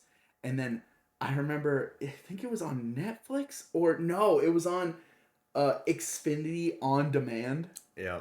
It was WWE WTF moments, and it would be like half of them would be like the divas like basically topless moments, or like it would be like Jeff Hardy jumping off a steel cage, and it was like top 75 what the WTF moments. And I remember I was hooked on that point. And I remember my like favorite wrestlers at that time were Christian, because I thought Christian was super funny on the mic. I was really, really big into young Ziggler, because I think Ziggler was just coming up at that point. That was the height, Yeah. That was like attitude Dolph Ziggler, like bad guy Dolph Ziggler with Biggie Langston. And so that was past. Yeah, well, that's where Vicky Guerrero. That's where I grew up on. So that was my era, and then obviously CM Punk is my favorite wrestler because he was peak at that time. Like later, well, he was later on. No, he wasn't. He wasn't. You watch when he was. So he had lost it already. Yeah. I watched. Actually, funny enough, I did end up watching his Straight Edge Sobriety era, and didn't think it was the same person. I didn't realize it was the Straight Edge Society. Yeah. So him with the long hair and he's shaving. Right, and he had the mask at one point. Amazing. Yeah, it was that stuff. That's why Punk is my favorite, because he has done so many different good characters that I'm like, some of them are just like so. They're not even characters. They're definitely just like parts of his personality. Like Straight Edge Sobriety is like what he pledges all the time. By the way, little like counter thing. Remember how I said I was getting that Punk shirt, that Travis Scott Punk shirt? It never came in, and Travis isn't responding to me. I'm pissed. Uh-oh. That was a $70 shirt, and I still haven't gotten it yet. I'm actually livid about that one, because that one Travis was so Scott. I don't think he replies to DMs too much. No. I have his phone number. Oh, well, then just say, listen, can I get you on Mind Milk? I've been trying to get Travi Patty on for a while now. He might have me blocked. Travis. Yeah. Dude, imagine my next episode is fucking Travis Scott, and he's in this room. That would be awesome. Dude, this isn't a bad vibe, right? No, the setup's very professional. Yeah. It probably doesn't sound professional. No, it's probably gonna look like crap. You know what I want to? I eventually I want to ditch having the standing mic and just have two lavalier mics, just clip-on mics, because I think that's easier to do, and like I can edit the weird audio glitches. Yeah. This is all temporary. I want to do more with this. Part of the process. Trust the process. Yeah, exactly. So, going back to WWE stuff, my like wall of knowledge was up until the end of the CM Punk run when he went to take the WWE title away and like ran off with it and then vacated it, and then Rock took it from him at some point. You're mixing up two different runs. It's all the same one, but yeah, he held it the whole time. Yeah. Because he beat Punk, or he beat Cena. Yeah. And then he held it for over a year. Mm-hmm. And then The Rock beat him at Royal Rumble 2013. I think that's the biggest mistake they ever made. Was giving Rock the belt. He didn't need it. I agree with that, but the whole reign of CM Punk as WWE champion was just mishandled. It should have been Punk versus Taker at Mania, and then the undercard for that should have been Rock versus Cena. I think that was a way bigger deal for Mania, because Punk was already chirping at Taker during that time. Mania 28, the first Rock and Cena, that was the highest grossing Mania of all time. So they said, you know what, we're doing number 2. They went with the money, but like you also could have imagined, what if Punk was to beat Taker during that Mania? That would have been amazing. That would have been the best Mania of all time, because then it would have been still Rock versus Cena, probably still the same electric like match it was, and then Taker versus Punk might have been like an all-time match. And I still to this day am like, well, originally it was going to be a triple threat. It was going to be Punk, Cena, and Rock. Oh, I didn't know that. So, and then they nixed that idea. Huh. Wow. So, that's wild. I'll actually look into that as well. So your knowledge of wrestling is so much more vast than mine. It's not even close. I think you're actually probably one of like the top people in my, like, I don't know anyone even online that I could say could rival your, like, if I have a question about wrestling. I gotta come on this podcast more. Yeah. If I have a question about wrestling, I hit you up first. I don't even go to Google it, because I just know you'll know the answer, or you'll have some sort of form of answer, or you'll have a good theory that I like. Because like I think we share a lot of opinions on like who's good right now and who's like fun to watch. You also, I mean, not to get like too personal, because it's like you have family that have been involved in the business. Like you have people who have done stuff with wrestling. So it's like you've been to a lot of like the indie shows. You've been to a lot of like the inside of the stuff. I've met a lot of people. It's like the saying, it's like, behind the baseball or whatever it's called. It's like behind the curtain. Behind the curtain. Yeah. There's another one like that about baseball. Inside baseball. You have inside baseball about wrestling, because it's like you've seen the inner working, like you understand the different terminology, you understand like why wrestlers are doing what they're doing. Like I would never think about the fact is like a wrestler will like run out of the ring in the middle of a match, and like that's just to draw heat. That's just to draw like hate towards him. Yeah. And I would never think about that. I would just think it's like, oh, he's just catching his breath, or oh, it's just like it's just delaying the time a little bit more. No, it's like building up, like it's an art form. It is the best art in sports in sports in general. I think like honestly, wrestling, what they do right is they're willing to call themselves sports entertainment, and they don't care.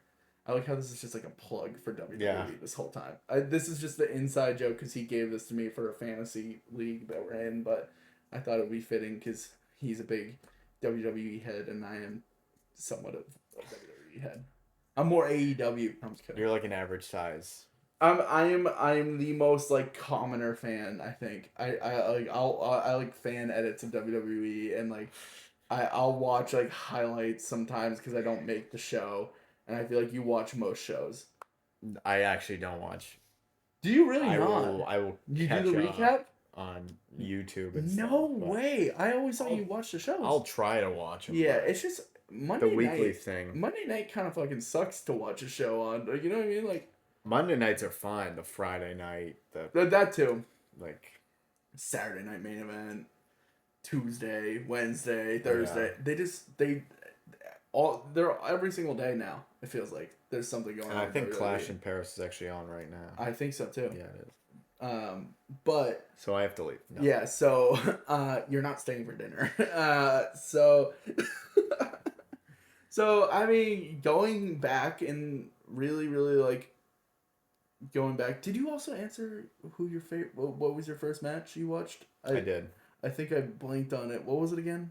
It was Mania 23. Yes, The okay. Money in the Bank. That whole event because Yeah. I bought the DVD of it. was And I was like, okay. So I do remember that now because I remember thinking, I was like Mania 23. That's the one. What was the main event of that one? just take a wild guess. Is Cena Rock? No. 23? You were right. Cena is in it, but it was facing Shawn Michaels. Oh my god, it's that one. Oh. For the WWE title. Okay. Undertaker, Batista. They did the Battle of the Billionaires. Trump versus McMahon. Hair versus hair. Bobby Lashley versus Umaga. Dude, I think about that sometimes. It's like the current president of the United States was in a WWE ring wrestling. Well, that's fucking Vince McMahon. Yeah, it's pretty wild. Everything is fake now. And everything is sports. And then Vince's wife is the head of the fucking education department with no background. And she was involved for a while. She was part of storylines. Dude, I remember some of them. Vince has always been like the best bad guy because he was just evil to his core, and then it turns out it was very. It wasn't a character. It wasn't a character. He was just always that bad of a human.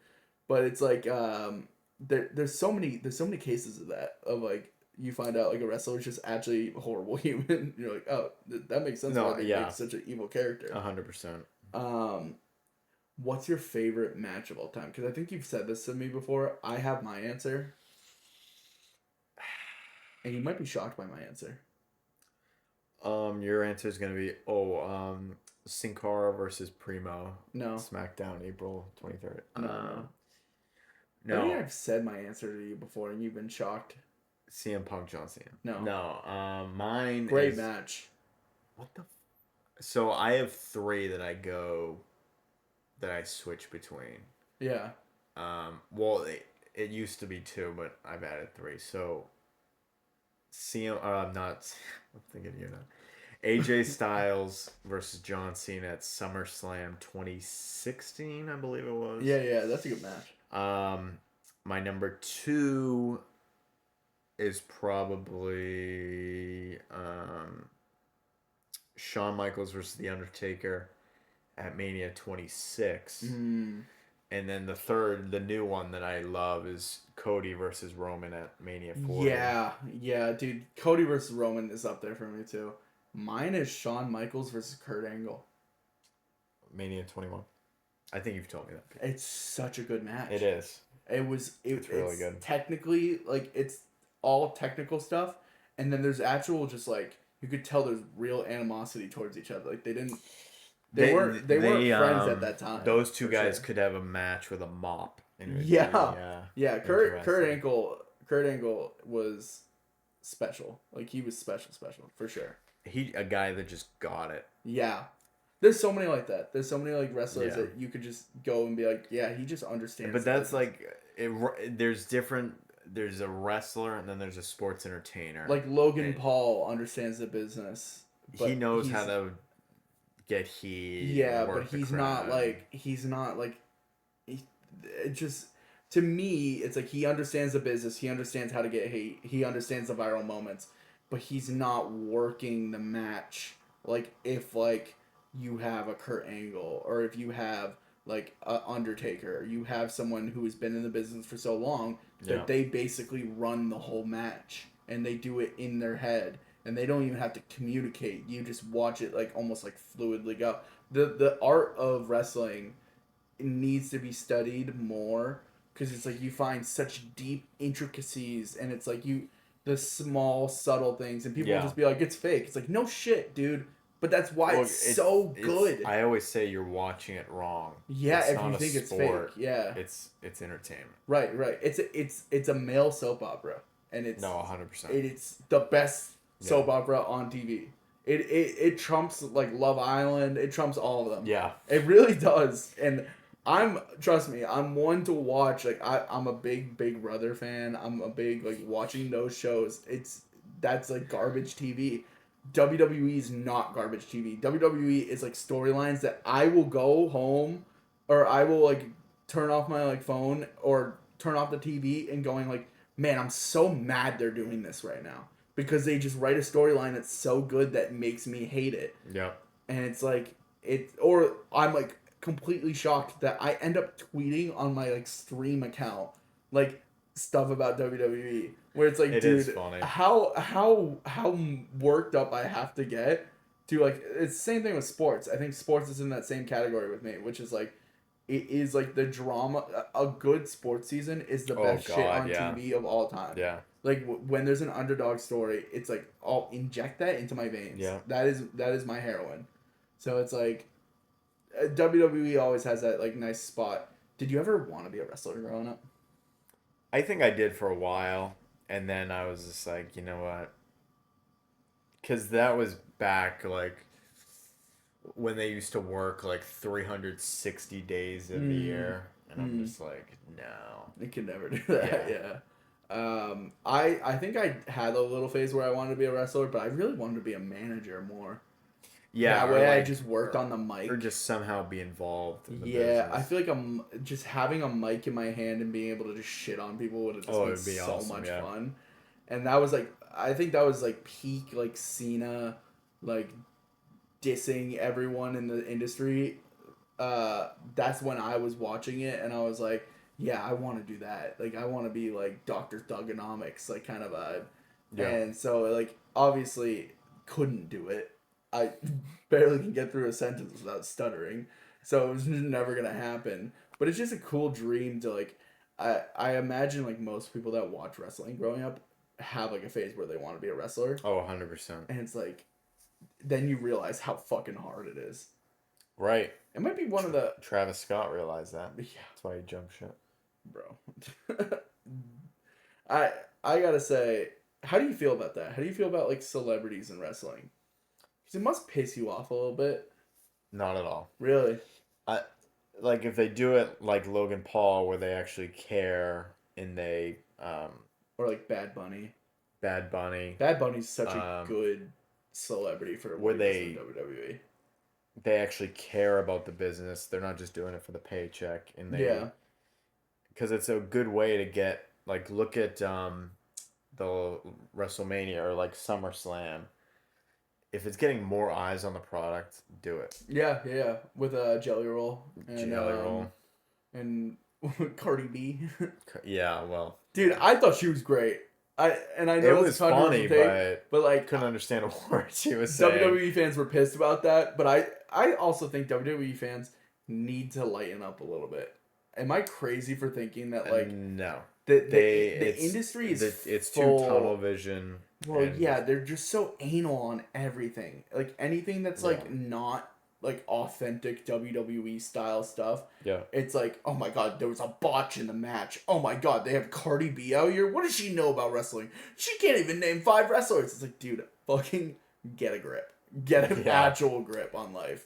Like sometimes you gotta be like, guys, it's fake. Yeah, and you know what? It's like, it is one of the funniest things, because it's like, you find yourself being the person that's like, hey, you know it's fake. Right. And even though, like, as a wrestling fan, you hate hearing that, because it's the most annoying, it's genuinely, like, the most annoying question you can, like, say to someone. It's like, do you know it's fake? Oh my god. Because it's like, dude, what do you, Santa's not real either. Right.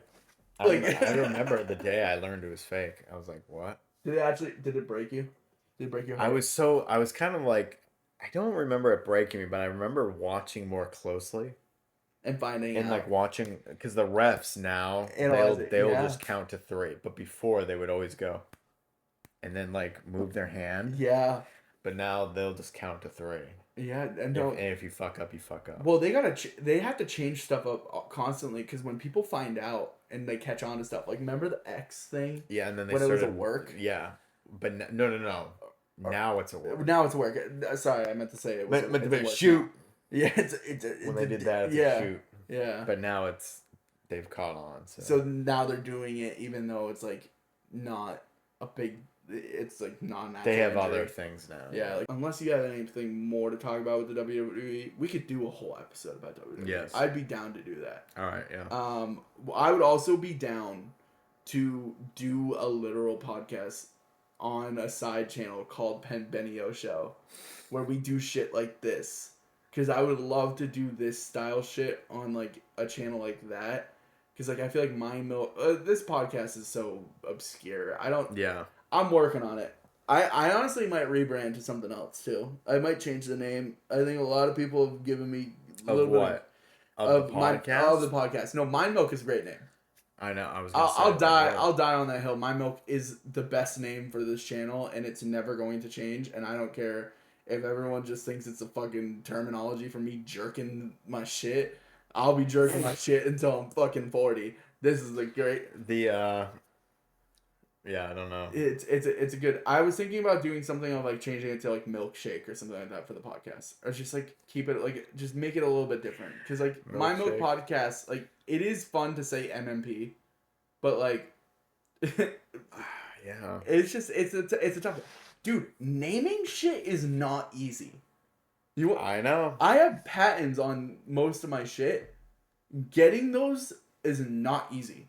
I have patents on Scramaram. I have patents on Mind Milk and My Milk Podcast. And LLC. Yeah. I do have an LLC, technically. Yeah. That's awesome. Because when you do entertainment, you have to have an entertainment company to work for like Twitch and stuff like that. So I think mine's just like Scramaram Entertainment LLC, which is so funny to me. It's like Freddy Fazbear Pizza. Like, don't touch the animatronics. They get a little quirky at night. It's like me in a fucking closet going. Yeah, no, it's so interesting that this business is like this like hobby turns into a business so fast. It's so weird. It's like you need merch. You need people to design your logos. Like you can't just have like you can't hand draw your logos anymore. You have to have a professional designer. And it's like, you have to have a specific colorway. Patent your shit. Like, because someone could steal it. Like, make sure you're posting clips every single day of yourself. And, like, having, like, a watermark on your... It's exhausting. But I've always liked... I think Jerry Seinfeld said it, where he's like, find the torture that you're comfortable with. Yeah, no, Jerry has very wise and stoic for his years. Especially, like, with his dating advice and stuff. Yeah, I'm not going to say that, but yeah. Just go to the carpool pickup lane. You can find one. Just date 17-year-olds. Just take her to prom. What's the problem? Oh my god. God, I fucking hate Jerry Seinfeld. Did you watch Seinfeld growing up? I love Seinfeld. Wait, really? It's one of my favorite shows. I can never stomach Seinfeld. I can't. I could do Curb Your Enthusiasm. Can't do Seinfeld. Interesting. I think I like Larry David. I do not like Jerry Seinfeld. I like Curb Your Enthusiasm too. Yeah. But Seinfeld was my shit. I like what Kramer did after his Seinfeld career. Just kidding. Clip that. I'm joking. Fucking, that might be the craziest moment in like the last like 20, 30 years. It's up there. It's definitely... I mean, all of Kanye is probably up there. Yeah, well, I feel like at some point, you go crazy for so long, it becomes less crazy. Well, you're just used to it. You're like, whatever. Like, if I just, like, woke up one day and I just saw, like, Kanye West pissed on Child, and it's like, what the fuck? It's like, oh, what is he doing? Is this, like, an album release or something? and then fucking turn off my phone. Like he is. There's just the industry fucked him up. The same thing with like Justin Bieber and all those. Like, but he's okay now. It seems like Biebs has come down a little bit. Is he? I feel like he's out of the spotlight now. He's a little. He's not out of the spotlight. Really? Oh my god, he's like a shit. But oh my god, what about Travis Kelce and Taylor Swift? No, I don't care. You know what I care about? That guy getting me fucking receiving yards on my fantasy team. If he doesn't go off, like, I don't give a fuck. If I can't wait till the name on the back of his jersey changes to Swift. No, he can't. He can't. It's happening. No. It's confirmed. What? They've already decided this. What? I'm totally joking. Okay, I was just about to say, I was like, there's no way he would go Travis Swift. Like, he can, whatever. Yeah. Kelsey needs to be on the jersey plate. That's just a little, like, that would be way too far. I don't know. That would be like, it would be like she has to change her stage name to Kelsey. Like, she doesn't have to change her stage name to Kelsey once they get married. I don't think. No. It's a stage name. It's not even her last name. Her last name's not Swift. I think it is. No, it's not. I could... Yeah. Yeah. We gotta do this. Whip it out. This happens all the time. You want to bet a dinner? Her last name's Hickenbottom. It's probably something like that. I'm not even joking. Taylor Swift. She has an odd connection to wrestling. Cock size. Sorry. Yeah. Let's bet a dinner. Shit! Okay, I owe you dinner. Fuck, man. Oh my god. Taylor Allison Swift? God, that's such a... She used to babysit name. Jeff Jarrett's kid. I was thinking Katy Perry. Katy Perry has a stage name. Yeah, because they're so similar. Mm-hmm. Like, big pop stars of the early 2000s, both having really weird, just like generic, but not generic names, like Katy Perry and Taylor Swift. I feel like those are very, like, similar vein of, like, normal first name, and then it's like Perry. Like, why would you ever name yourself Perry? And then Swift is just funny. I don't know. Yeah. But no, dude. Fuck, I was wrong. Who do you listen? What's your music taste? Because I don't know this. Rascal Flatts. Well, he's on there. Yeah. Life is a Highway. I listen to everything. You are. You're very much a. I do know that you're a genre hopper. I don't listen to one person. You wouldn't have like all the albums of like one single guy and like possibly get a tattoo of that guy eventually, or like do like biggest like listener in the last like 5 years and like constantly listen to all of his music. See, I can't do that. Yeah. Oh, dude, I have a fucking brain eating amoeba for Tyler the Creator, and it's the funniest thing because it's like you see this generic tubby looking white dude walking down the street, and I'm blasting Tyler the Creator in my ears as I'm walking through. I'm a big rap fan, but I listen to all genres except for country. Country can fucking rot in a pit of hell. It's not even. Yeah, it's just boring. It's turned into pop now. Yeah. It's kind of like. I just don't like Morgan Wallen. I don't like him throwing chairs off buildings and then bringing Peyton Manning in full uniform out on stage. Like, that's weird. I don't know. Maybe I'm just like, I don't get it. Maybe I'll one day get it. I'll just get old enough where I just become racist. You're like, yeah, I understand country music now. I understand it now. Which is literally made for like bumpkins. Yeah. Oh, I get it. Oh my god. I can sleep with my cousin now. I understand country music. All the country fans are just clicked off this fucking pod. I'm sorry for the whole 3 of you. I'm sorry for the 3.5 of you, because one of them is an incest baby. What the fuck? I think I covered like all the things I was actually very curious about, but I do want to go. Don't lean in on me. I'm sorry. Yeah, sorry. I have one more thing. No, so keep talking. He just grabbed my penis, guys. It's out of frame, so. I thought this was it. There's a camera right there. There's a camera right there. No, I'm excited for the content stuff. What are some big things that you're willing to reveal about what you're doing in the future? Like, what are some things that you're gonna do? Um, Are we getting full movie reviews? yes, eventually. I can't wait. I can't wait. Maybe some vlogs. Really? Even though you just said it was dying.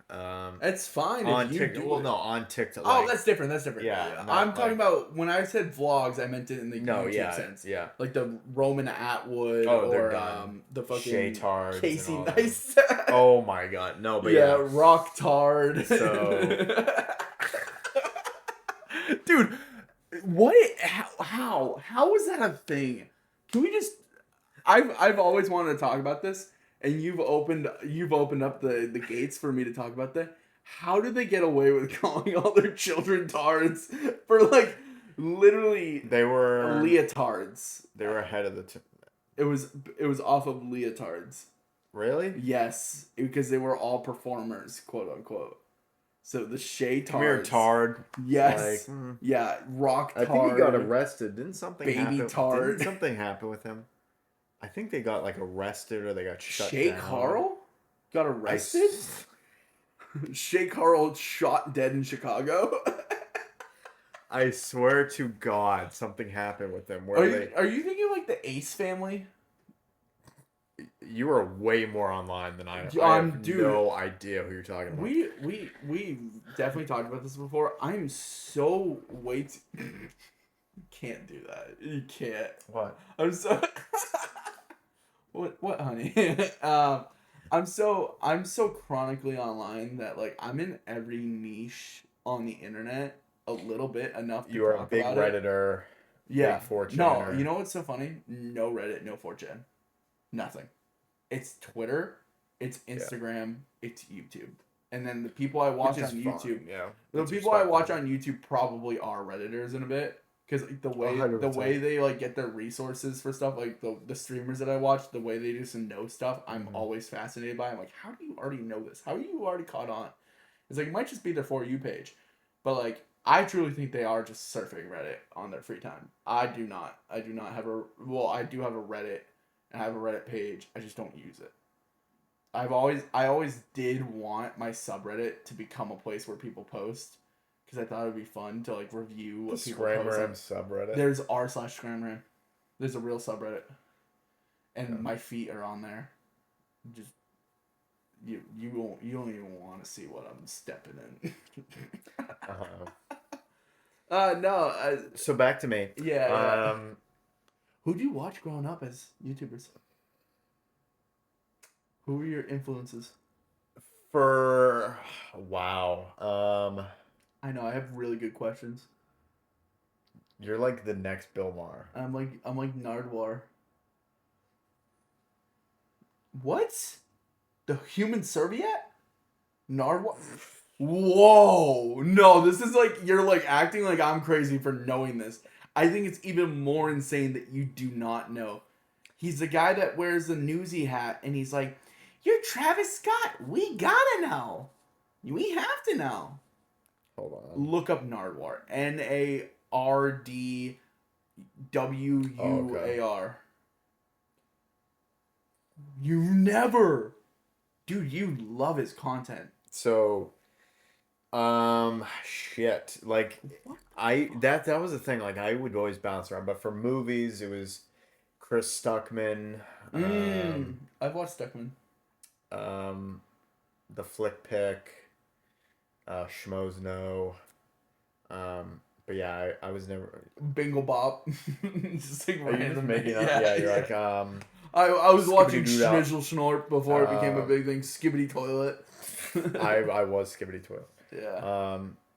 But then for regular YouTubers, I was a big Shane Dawsoner before he fucked his cat. Were you really? Oh yeah, he was hilarious to me. Whoa, I didn't know this. Brandon Rogers, I used to watch all the time. Who did I used to really like? Black Nerd Comedy. Yes. Whoa. That's a fucking pull and a half. Screen Team. Do you remember Screen Team? I think so. That sounds very familiar. watch like a ton of Was shit. there any gaming YouTubers? Are you hiding them? Were you Sky's Minecraft guy? Those Minecrafters I never watched because they all gave me Good for you. Yeah. I can't talk about half of the content creators I watched growing up because half of them pedophiles. Yeah. Big pedophiles. Yeah, any gaming YouTubers at all? I was big into Vanoss. Yeah. Um, Why did I know that? I feel like I did know that. I was big into Rooster Teeth, like Achievement Hunter. Okay. Weirdly, that was never my niche. I watched Red versus Blue, which is so funny because it's like Rooster Teeth like made, but like for some reason I just never got into Achievement Hunter for shit. Gaming. I think that was pretty much the big ones that I watched. I'd dabble in the Minecrafters, but I was like, this is annoying as shit. I can't do this. It's so funny that you were into Shane Dawson because it was like kind of in a similar vein. I was really into Jenna Marbles. And she was the funniest girl on the internet for the longest time. I think her and Julian Solomita, which was her boyfriend at the time. Okay, I was like, I think they're married now. But I kind of found her like at the tail end. Yeah, and then... before she got canceled for something that I truly, not to put my stake in the game, something that she did in 2011. That was like a bad skit, and it wasn't even like I don't know, just not worth her getting all the hate that she did, and then like for her to like walk away from it all, really sad. But I mean, she was doing it for like 20 years at that point, so she deserved to retire. It just was a sad way to retire. You never want to see like your content creator go out in that way. Like truly, the day that like something like that, if knock on wood, if it ever does happen where I get in trouble for something and I don't realize what I did, I'm just stepping away from it all because like it's so much mental torture. Yeah, clock's ticking, guys. There's a lot of stuff on me. Guys, I'm cooked. Ladies and gentlemen, it's over. Release the files. Release the tapes. The Scramaram Socials. We were making the joke that like I was. Jacob and I were making the joke that I was scared for the Epstein files to be released because I didn't know if I was on them or not. Like, even though there's like no chance of it. Cut that. No. No, there's no chance of it at all. Don't cut that. I'll put it like this: if any one of our friends went to that island. Yeah, no, I grew up with very, very like popular pages like Smosh. Oh yeah, Smosh, Vanoss, Creature Hub. I don't think you would know. Yeah. You start kicking your feet. Creature Hub, KYR Speedy was really big into video games. So like obviously like FaZe. I'm still a big FaZe. You just fallen asleep. I'm still a big FaZe enjoyer. That you're full of shit. No, dude. I know what Ron and Lacey and Silky were doing last night because I was watching them. You Who call the my hell are they? Stable Ronaldo. FNCS winner. He was a Fortnite player. These are FaZe people? Yes. I know the whole crew. Where's FaZe Rain, FaZe Jev? FaZe, so I'll explain it. What happened was I'm explaining FaZe on fucking podcast to my friend right now. That just like hit me all at once. I'm having an epiphany right now that I'm doing the wrong things. Oh, this is gonna go viral. So basically what happened is Banks got the passwords back. FaZe has ever been because it's just pure content constantly. Wow. And it's live stream stuff, which is more my niche. So I think I enjoy it more. But the clips that come from it, they post on TikTok, and I genuinely have had like pretty hearty laughs from like these kids. Like they're all our age. They're like 23-year-olds, and they're just doing dumb shit. They're like having big paintball wars inside a house, or like they're doing stuff that you would want to do if you. I think you said vlogging was dead. It's not vlogging though. Because it's just streaming. It's them clipping themselves during the streams. They're doing IRL content. That's why vlogging is dead. Because IRL content's in. You can walk around with like something like that, a tripod with a camera on top, walk around and just do shit. You don't have to vlog. You don't have to have B-roll footage. You don't have to have like a weird time lapse of you driving in a car. Like you can literally be driving in the car, reading chat in one hand, phone in the other hand, not even steering, blow a red light, kill someone. I've been with you when we streamed in public. Yeah, it's fun. It's like cringe, and it's really tough to do, and I truly don't like doing it. That's why I started doing the basketball streams. If you ever wondered that, the reason why I started doing the basketball streams, not to embarrass myself in the sense that I'm bad at basketball now, it's to embarrass myself in the sense that I got to get used to streaming in public because I want to do more IRL content. I want to go to like a zoo, or I want to go to like out to the city or just do shit. And I gotta be ready to like. You should stream your next date. So what do you do for a living? Hold on, I got a donation. Yo, big balls. Thank you for the 5. Chat, what do you think I should ask her here? Chat. I think this is... Chat, does she look nice or not? This is the next step in dating. Oh, dude, dating content is crazy on Twitch. I'm not even joking. Like, they do, like, 20 versus 1 dating, like, segments where they have, like, speed dates with, like, the host of, like, the stream. And then they just have, like, a bunch of models come in. And then it's just content. Twitch is becoming, like, reality TV. Well, this is a good segue into my last question for you. Yes. I like how you have questions for me. That's so cool. Well, it's a fucking show. What am I... Yeah, it's almost like you should have, like, it's like a guest being prepared is, like, the best thing that I know my I can get, yeah. So, where do you see yourself in, like, 5 years, 10 years with... Dead in a fucking ditch. I died in a horrible car accident. That's what I wrote here. Blazing bad car accident. My tire popped. Someone put a nail in it. With the streaming stuff? Yeah. Dude, what I hope from it, I want to do events. I want to do like a game show. I would love to be a host of a game show and do like I've always wanted to do this like basically like do you remember the what's the name of that old 70s like dating show? I can't think of the name of it. The Dating Game? Is it literally just called The Dating Game? I want to do The Dating Game, but with, like, couples, and then, like, very close best friends, and then, like, another just, like, group of, like 2 online friends, or, like, furries or something. It's just, like, fucking crazy. And I would want to do it, and if I was to do it, I was going to invite you and Jacob on as, like, one of the 2 contestants, because I think that would be really funny.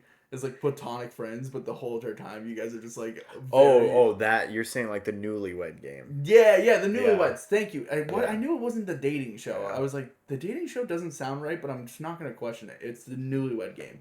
Yeah, I like that. That is like, I want to do stuff like that.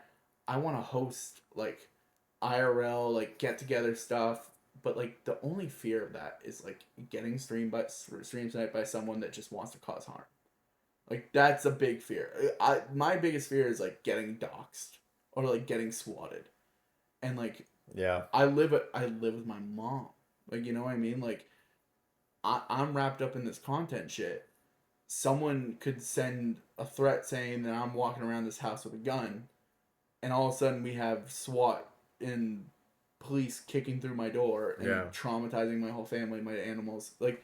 That's the big fear of doing that type of stuff is like you make yourself more vulnerable to being caught out in public in a dangerous situation. But I've always wanted to do like gaming is my thing. Like I still love doing gameplay.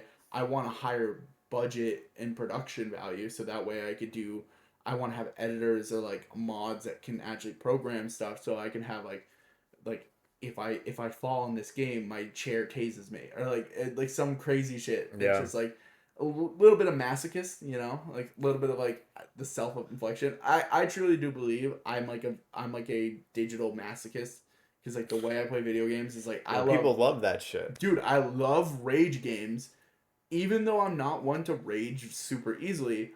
I love them for the fact that they get me so mad. And it's like, there is a mental torture of like, damn, I fell down this hill for the 50th time. I have to go back up it again. It's like, there is something psychologically wrong there. And trust me, I've talked to my therapist before. She's all aware of it. So. Digital masochist. No, I had like a deep conversation with my therapist about this. I have like 3 personas now. Because it's like, Oh my god. I have Scram, who's online content stuff. Yeah. The streamer Scram. Like, I'll do anything for views, but like not to like an extreme sense. uh, sorry if you heard Bear there. I'll do anything for views, but not in like an extreme sense. And then there's Samuel, who's like the professional, like my work. Like if you guys saw me in a work environment, that's Samuel. That's a serious person that like I care about my career. I care about that more than anything. God forbid if I ever blow up on stream, I'm never gonna work a day in my life ever again. I will literally full time cut it. But I have a whole thing. I need to make a certain amount of money for a certain amount of time before I ever would become full time. And then finally, there's Sam, who's the person that everyone hangs out with, and I do find myself kind of like Sam kind of seeps into Scram a lot, because like I think I'm so used to doing content creation that I'll come over and hang out with you guys, and then you guys feed it. You guys will be like, "Oh, Mind Milk, Scramaram, oh my God, Scramaram on Twitch," and I'm like out at like a fucking like Five Guys. Sam, who are we here with now? Honestly, I think for this is Sam. This is Sam more than Scram. I don't think this is content.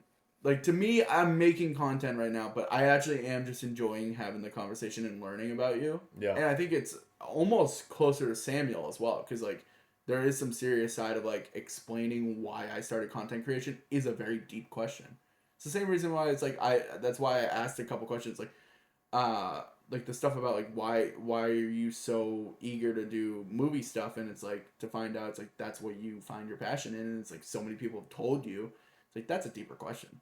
That's the getting past the Benny Yo show and Ben Movie's basement and getting into the actual Ben. Yeah. And not full Benjamin, because your name's not Benjamin. It's milking my mind. Yeah. That's the whole point of this. I'm supposed to I want to get a little bit deeper, but not too deep, because I don't want to deal with fucking crybabies. Alright, I got one more question, and then we're done. What's one piece of advice that you would give to the audience?